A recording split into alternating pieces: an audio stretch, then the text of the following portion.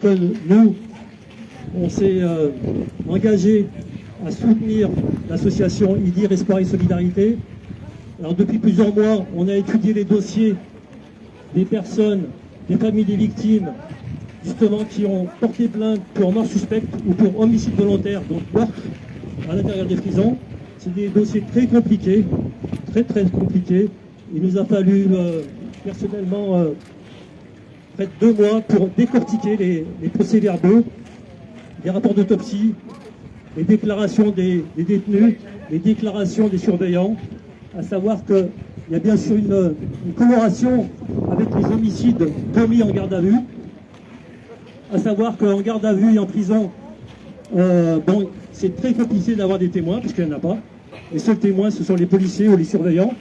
Contrairement à ce qui se passe dans un homicide commis sur la voie publique, il peut toujours y avoir par chance des témoins, il peut y avoir par chance une caméra, si les images sont remises à l'avocat, bien sûr, c'est pas souvent le cas. Et donc, se plonger dans ces dossiers, là, c'est vraiment, on a l'impression de rentrer dans une zone de non-droit, où les détenus n'ont aucun droit, et le seul droit, c'est de se taire. Et si un détenu a vraiment le malheur de demander une exigence, des cigarettes, ou alors un téléphone, ou alors une sortie, si sa demande n'est pas entendue, s'il insiste un peu trop souvent, il y a un risque aussi de comparution, donc devant le tribunal administratif, et de se voir ajouter 15 jours de prison, 15 jours de quartier disciplinaire.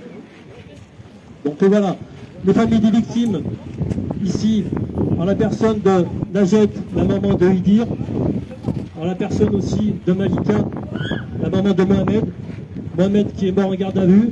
Donc il y a une similitude, comme j'ai dit, entre les morts en garde à vue et les morts en détention. Et donc la nuance qu'il peut y avoir entre ces affaires, c'est que entre les affaires de violence policière, si on peut parler de nuance, et les morts en détention, c'est que nous avons pu décortiquer ces dossiers. Et la seule solution qu'il y a à faire, outre la mobilisation, c'est d'enquêter, de contre-enquêter quasiment à l'intérieur de la prison, parce qu'il y a des témoignages qui nous sont remis, il y a des détenus qui sont témoins et qui, lorsqu'ils sortent, bien sûr, pour leur sécurité, on ne peut pas non plus dévoiler les noms de ces personnes qui sont toujours à l'intérieur de la prison, parce qu'il y a des risques de représailles, il y a des risques même de ne pas sortir vivant. Et ce n'est pas des 20 mots, hein. Vraiment, si on n'avait pas étudié ces dossiers,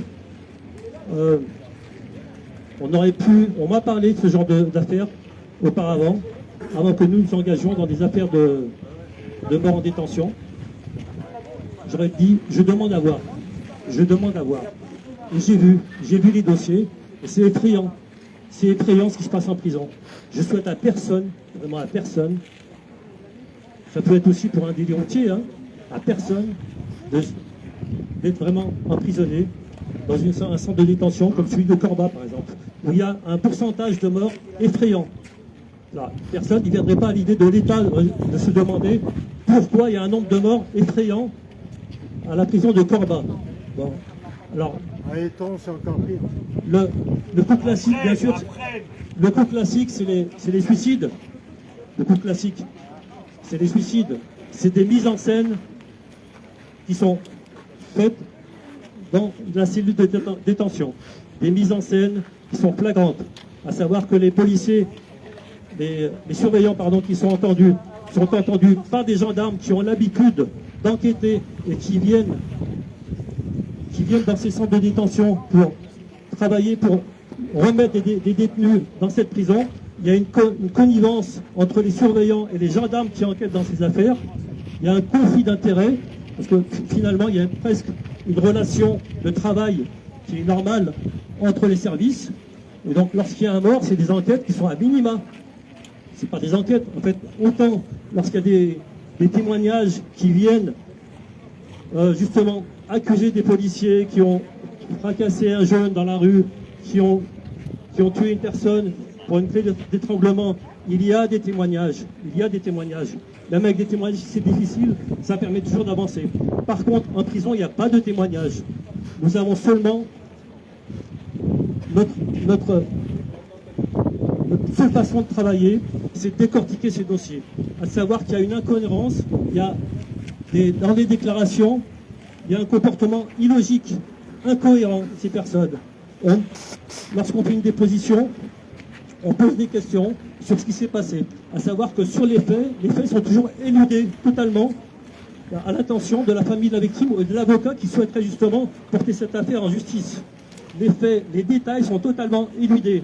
À savoir qu'il y a vraiment une volonté de taire, d'étouffer ce genre de dossier, d'étouffer ce genre de détails. Et ce qui fait que l'avocat qui souhaiterait qui prend l'affaire en main, il est totalement bloqué, et ça, il y a un classement sans suite, et lorsqu'il y a une plainte qui est déposée, il y a un non-lieu, il n'y a pas d'éléments cohérents, probants, qui permettent de porter l'affaire au-delà du non-lieu. Voilà. J'ai pu un peu exposer le contexte du climat qui se passe un peu dans les prisons et dans la façon dont les enquêtes sont menées. Voilà, j'espère que j'étais un peu clair, on reviendra un peu là-dessus. Bonjour à toutes et à tous, merci d'être venus nous soutenir.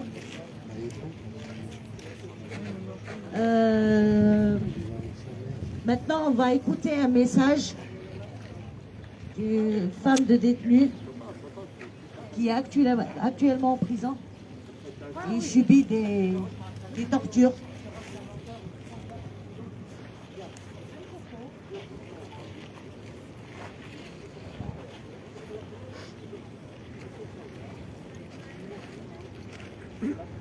Bonjour. Je prends la parole en tant que...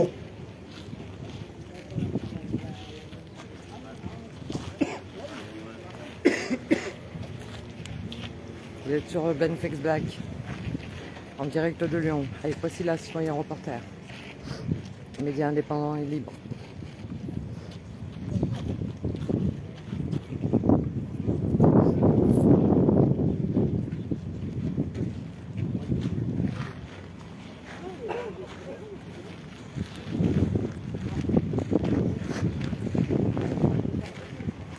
蓝牙已连接。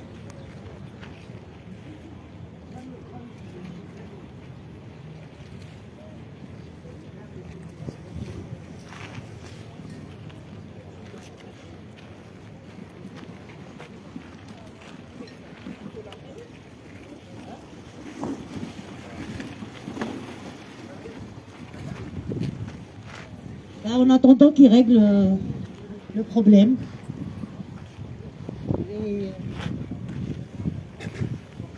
Messieurs, dames, je me présente, je m'appelle Eddy.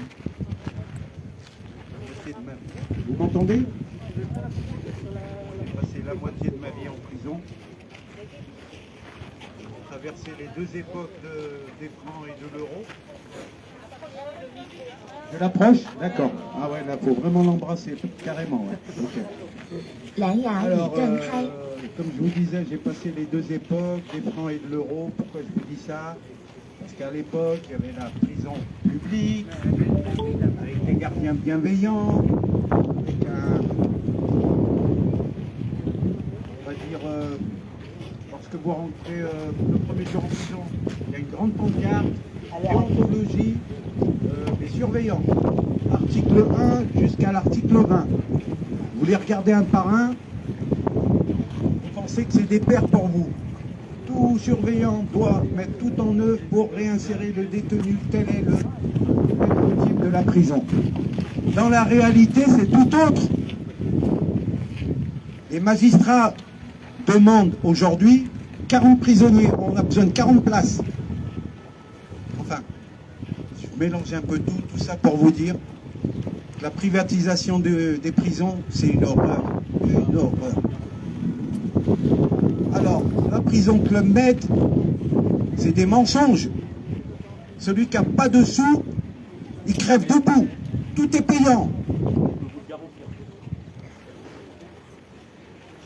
Alors lorsqu'un détenu commande une chose, on lui dit tel jour elle arrive et qu'elle n'arrive pas. Il va demander des explications. Le lendemain, il va les demander un peu plus fortes. Au bout d'une semaine, on lui a débité son argent, il redemande la chose, on lui dit bah tu fermes ta gueule en gros. C'est des petits incidents comme ça qui amènent les gens au mitard, au quartier disciplinaire. C'est pas des gens avec des armes, ils n'ont rien dans la prison. Ils n'ont rien dans la cellule. Enfin, tout ça pour vous dire que en haut lieu, les postes clés ils sont détenus par des haineux. Monsieur Castaldi, directeur, grand chef de Corba, vous êtes un pied noir, vous avez la haine des Maghrébins. Ben ça, tout le monde le sait. Pourquoi qu'on n'a pas été prendre une personne pondérée, pas trop typée? Non. Dans les postes clés, on met des gens antinomiques avec la population qui sont censés surveiller. Enfin, tout ça pour dire que il y a peut-être eu... Ouais, il y a... À Lyon, comme il disait le monsieur, c'est le record de France des suicides, entre guillemets.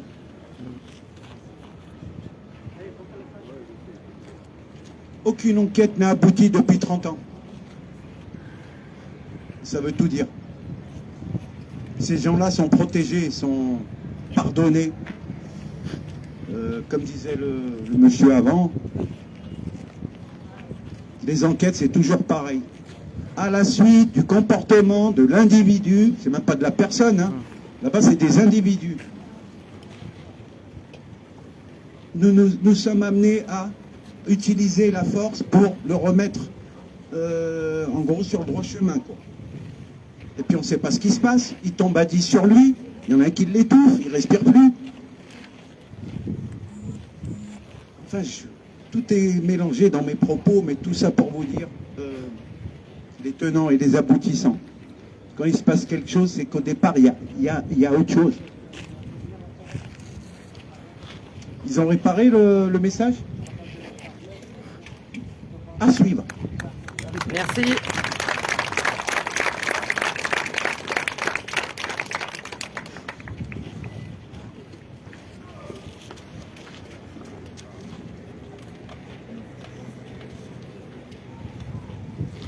Donc on est dans l'attente d'un message qui va être passé par un détenu.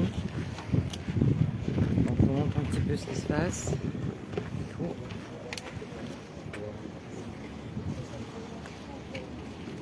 C'est tous les messages du jour. C'est tous les détenus du jour.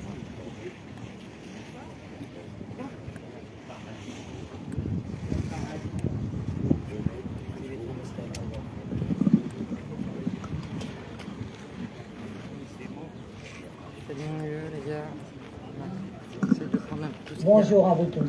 Je prends la parole en tant que femme de détenu, afin de dénoncer toutes les actions répréhensibles par la loi de l'administration pénitentiaire.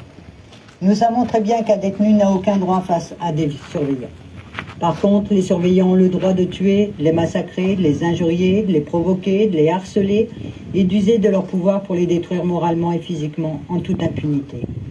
À l'heure actuelle, si un détenu dépose une plainte pour l'acharnement qu'il subit, il est puni par l'administration pénitentiaire. La plupart du temps, la justice classe l'affaire sans suite, même lorsqu'il est prouvé que les détenus sont morts de façon violente ou handicapés à vie. Mais comme le disent si bien les directions et les représentants de notre chère justice, les surveillants ont agi avec la force strictement nécessaire pour maîtriser les détenus. Tout en sachant qu'ils se mettent à plusieurs pour les maîtriser, et dans le feu de l'action, aucun surveillant n'a la présence d'esprit de stopper l'intervention, ni de réfléchir aux conséquences.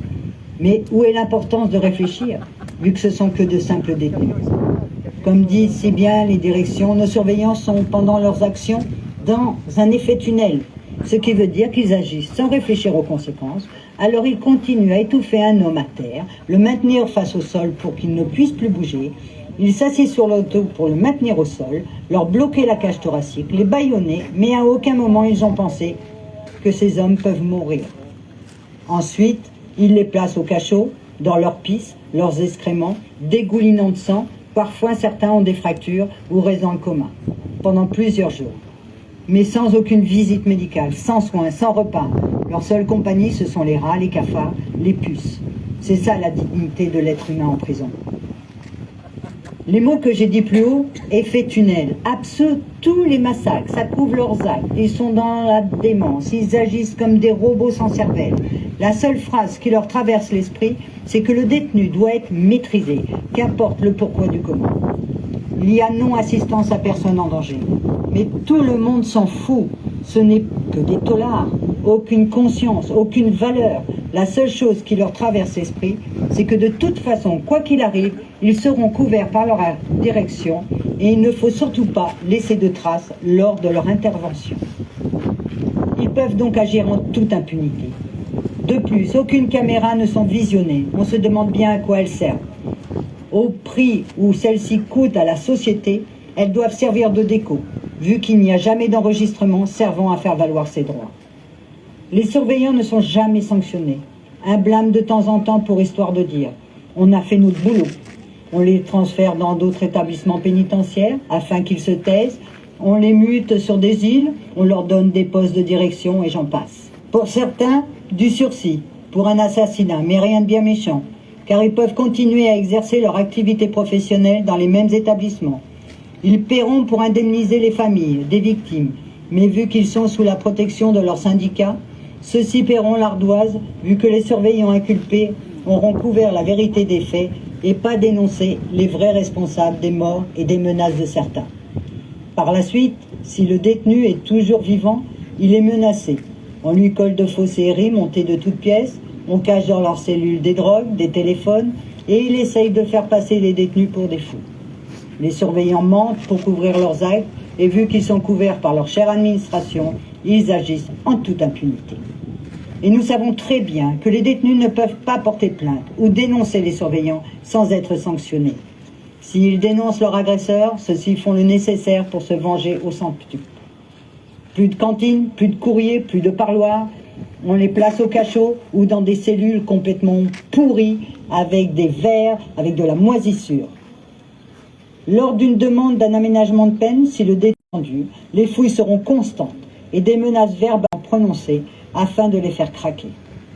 Par contre, certaines personnes leur promettent monts et merveilles, leur donnent de faux espoirs pour bien les calmer psychologiquement, mais en vérité, ils agissent de façon malsaine et les détruisent moralement.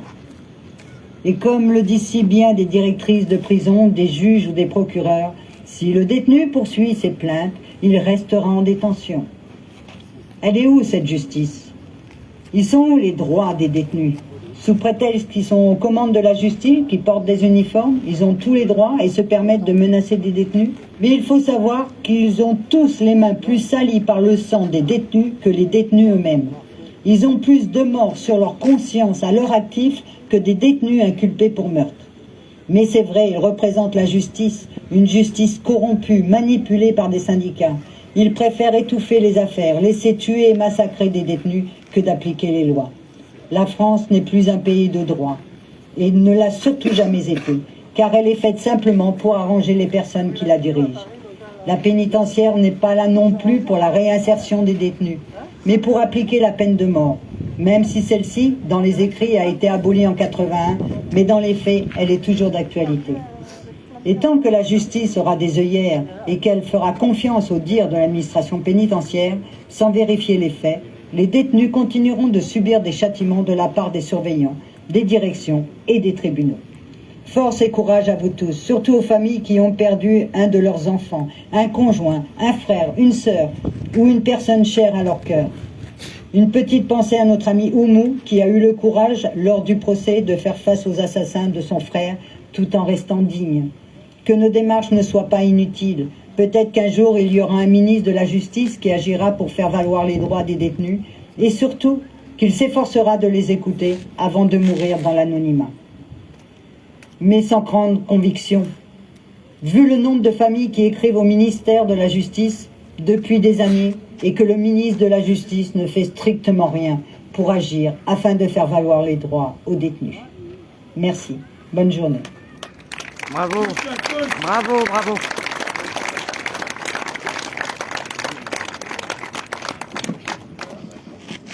Maintenant, il y a une maman avec nous. Son fils, il est en détention. Lui aussi, il subit.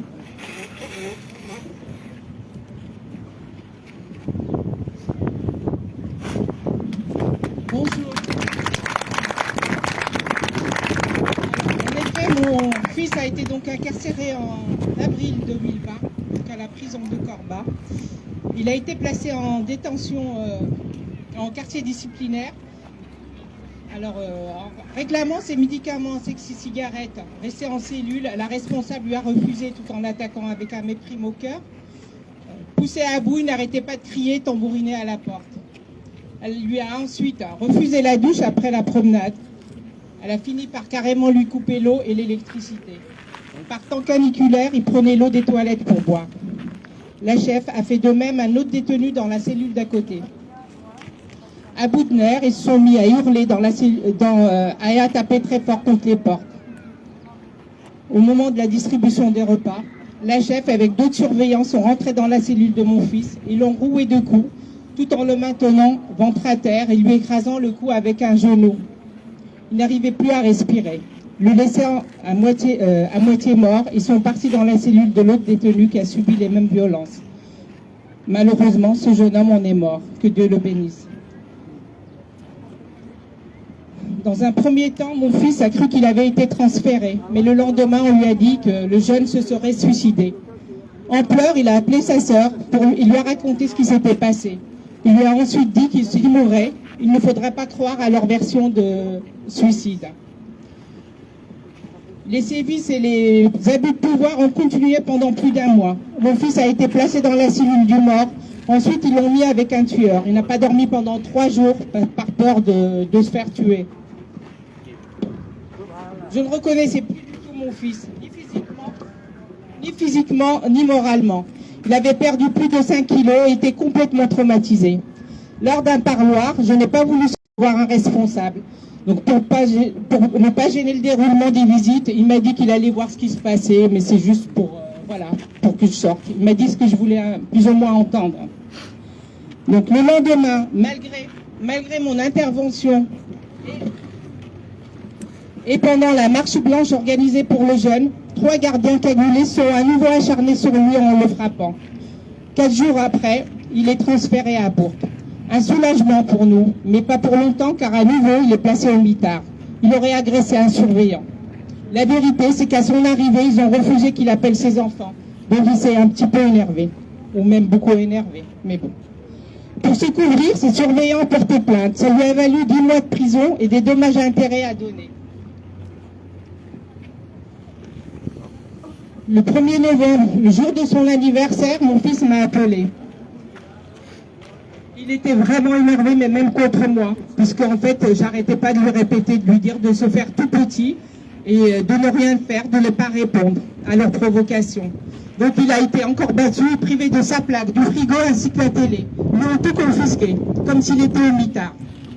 Ensuite, ils l'ont accusé d'apologie terrorisme et a été mis en isolement pendant 6 mois.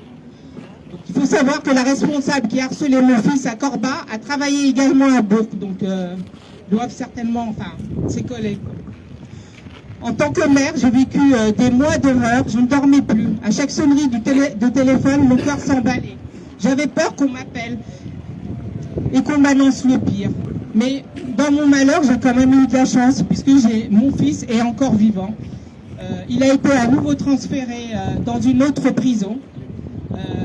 Et je pense le plus dur pour mon fils actuellement, c'est de,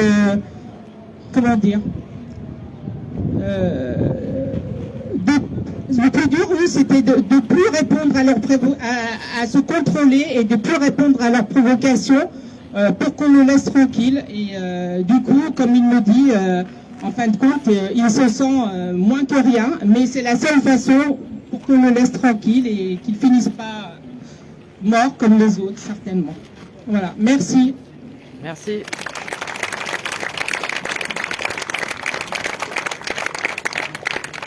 Maintenant, on a une autre maman qui a perdu son fils en garde à vue.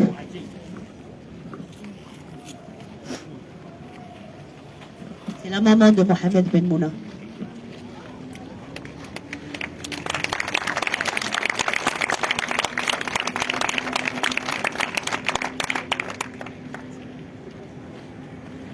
Bonjour à tous. Merci d'être venus. Je me présente, je suis Malika Benmouna, la maman de Mohamed Benmouna, qui est décédé en garde à vue en 2009, le 6 juillet précisément. Mohamed était assoiffé de la vie. Certes, il a fait des bêtises, mais ce jour-là, il avait été à son travail et on a été le chercher à son milieu de travail le matin, le 6 juillet 2009.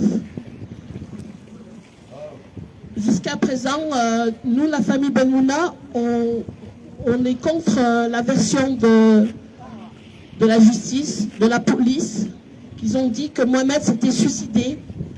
Mohamed serait donné la mort à ce jour-là, le lundi 6 juillet, en garde à vue au commissariat du Chambon-Fougerolles dans la Loire, près de Firminy. Mon fils ne saurait jamais donner la mort parce qu'il n'avait pas de raison de se donner la mort, déjà une. Et comme je dis toujours, et je le précise encore, mon fils est sûr, on lui a donné soit un mauvais coup, ou soit on lui a fait la clé d'étranglement, comme ils le disent maintenant à plusieurs dossiers. Moi, ce que je sais, et ce que nous, la famille Benmouna, on sait, et les amis autour, Mohamed ne s'est pas donné la mort. Mohamed n'avait pas de raison de mettre fin à 6 jours. Comme ils disent, Mohamed aurait fabriqué un lien en déchirant le matelas, un matelas d'une matière indéchirable, en fabriquant un lien, creusé avec ses doigts un trou dans le mur, en plaque-plâtre, à 1,30 m du sol. Imaginez, messieurs, dames, à 1,30 m du sol. Mohamed faisait 1,80 m. Les fesses collées assis sur le sol, dos au mur. Tout ça en 2 minutes. Il aurait fait un nœud et se pendre. C'est vraiment impossible. Là, je continue à plonger mes yeux dans le dossier et à chaque fois, je vois que les policiers et les médecins légistes se donnent, sont des choses incohérentes. Il y a beaucoup d'ombre, des zones d'ombre, il y a beaucoup de mensonges. Moi, que je ne connais rien dans les choses judiciaires, mais il faut vraiment pas être bête pour comprendre des choses, c'est vraiment impossible. Et puis même mon fils, il aurait tous les moyens pour le faire, tous les moyens, il n'aurait jamais fait ce geste. Je le dis et Mohamed, il n'avait pas de raison à le faire. Surtout que l'avocate m'avait téléphoné dans la matinée en me disant il n'y a pas de raison, Mohamed, il va sortir dans la journée puisqu'il n'y a pas de choses on n'a rien il n'y a pas des éléments pour qu'on continue la garde à vue. Et voilà. Alors je dis, à l'heure d'aujourd'hui, ça va faire bientôt 13 ans que je me bats avec la justice. Pour moi, la justice, ils sont complices avec les policiers. Ils sont couverts. Parce que justice, magistrat, procureur, même certains avocats, médecins légistes, pour moi, ils sont tous de mèche. Pour moi, ils sont tous de mèche. Mon dossier a été travaillé. Le suicide, la mort de mon fils, le suicide, c'est une mascarade de mensonges. Le suicide a été maquillé. Ils ont peut-être pas voulu le tuer directement, mais le fait qu'ils l'ont tué, ils ont masqué ça en suicide. Et ça, c'est impossible.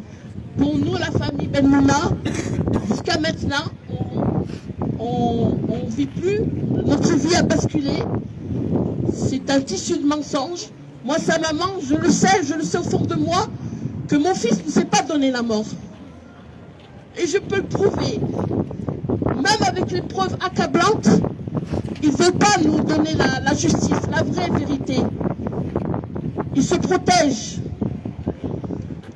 On dit que la France est un pays de droit, la France est un pays de vérité. C'est pas vrai. Je le dis, je le redis. Ce sont tous des menteurs. La justice ne dit pas la vérité. Et je peux le prouver. Dernièrement, j'ai été consulter le dossier qu'on ne veut pas me remettre dans mes mains. Le dossier intégral. J'ai été là, il y a quelque temps, à la Cour européenne, la Cour des droits de l'homme, là. Comment ça s'appelle? Excusez-moi. Voilà, ils ne veulent pas reconnaître. Et j'ai consulté le dossier de mon fils aussi, aux 24 colonnes, là, ici à Lyon. Vous trouvez ça normal que quand j'ai demandé le dossier, ils m'ont dit non, Madame Benmouna, on vous donne 2 jours pour consulter le dossier. J'avais pas le droit de prendre des notes, j'avais pas le droit de consulter avec un portable. Elles n'ont même pas la compassion pour me dire, Madame Benmouna, attendez, on va vous aider. Rien du tout. Et quand j'ai lu le dossier, vite, je l'ai lu, j'ai consulté, il y a des choses incohérentes, il y a des choses qui... C'est incroyable comme les policiers se donnent le mot entre eux et qui ne disent pas la vérité. J'ai vu des choses... Encore une fois, messieurs, dames, la mort de Mohamed, c'est comme la plupart des jeunes qui sont morts, comme Idir, comme Pierre, comme beaucoup de jeunes. Ça a été tout maquillé, tout maquillé. C'est une mascarade de mensonges. Alors encore une fois, je me bats pour avoir justice. Je me bats pour Mohamed. Mais nous sommes tous concernés. Comme pour Idir, on se bat pour Idir, on se bat pour Mohamed, on se bat pour tous. Nous sommes tous concernés. Justice pour tous. Et je continue mon combat. Justice et vérité pour tout le monde. Merci, messieurs, dames. Merci, madame. Et justice aussi pour les centres pénitentiaires. Pour ceux qui sont en prison. Il ne faut pas les oublier. Il ne faut pas les oublier. Il faut pas qu'ils meurent eux aussi, comme Idir. Merci tout le monde.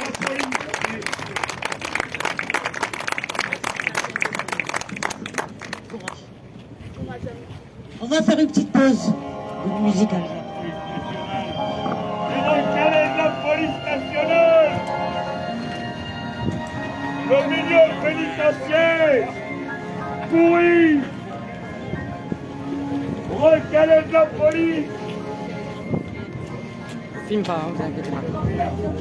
Filme pas. Paris, c'est moi, Un chouette, s'il te plaît. Tu veux des sous?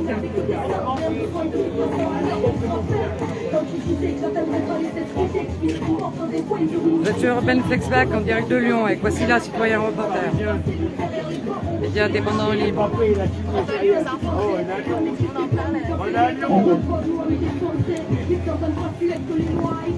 Il y a de la personne si vous voulez. Elle est juste là.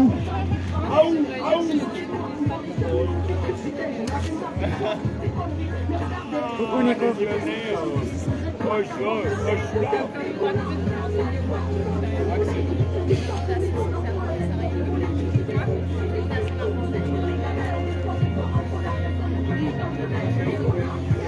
Ah, Madeleine? Ouais.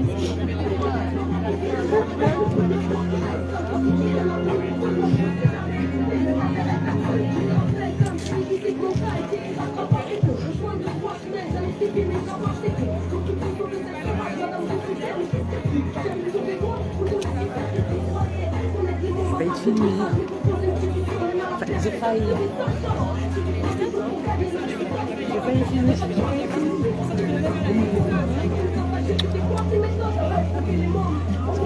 Ouais. Heureusement que t'es venu. Tu vas manquer. Ouais, je sais. C'est une dernière, mais t'as un programme ici. Il était? Non, c'est Istanbul.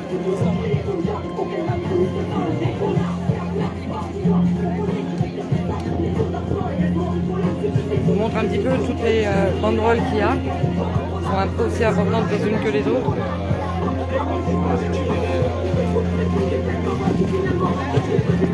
Donc importante mobilisation aujourd'hui à Lyon. Oui, mais Thierry Silga, c'était mon pote.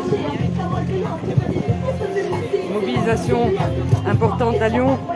Donc Urban Flex Black est sur place.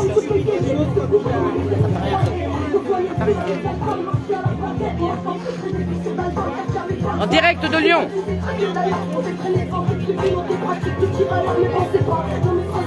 Donc je vais terminer le direct ici. Je vais filmer toutes les ballons. Donc ils ont mis des ballons pour énumérer tous les détenus ainsi que tous les décès qu'il y a eu toutes ces années. Donc j'essaie de faire de mon mieux. Voilà. Donc c'est joliment bien présenté.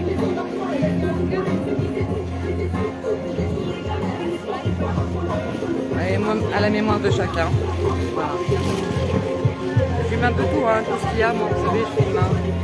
Voilà, il y a des choses qui n'ont rien à voir, mais c'est pour vous dire que cette place est très occupée.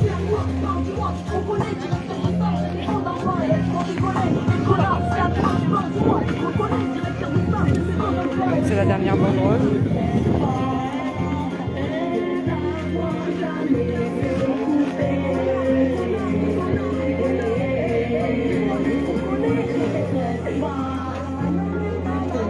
Il y a énormément de soleil, je suis désolée, je vois très mal. Donc je fais ce que je peux.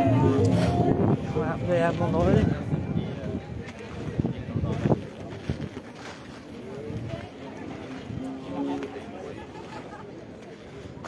Pardon, monsieur. Je sais même pas où je suis. Je vois rien. Sinon.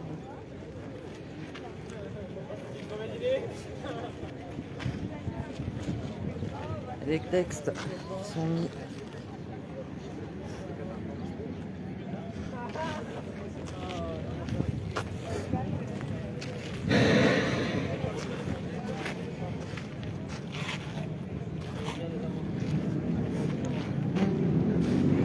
Donc vous étiez en direct de Lyon avec Wassila Citoyen reporter pour une mobilisation nationale contre toutes les violences policières.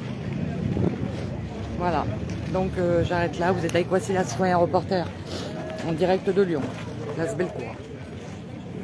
Il faut prendre un direct s'il y a lieu. Merci à ceux qui ont suivi et merci à ceux qui regarderont le direct.